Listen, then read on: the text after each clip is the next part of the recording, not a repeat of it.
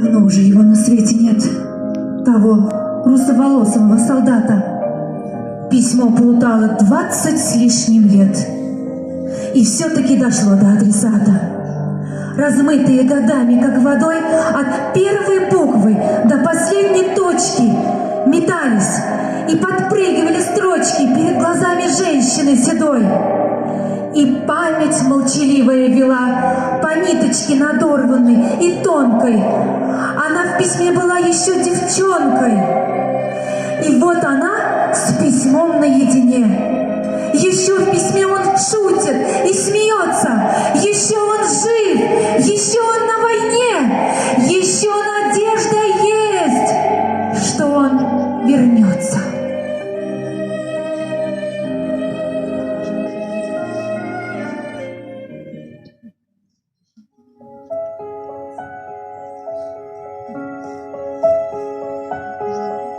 Күтем сине, карашыңны күккә төбәп караныма. Иңер җанны көтәм шулай.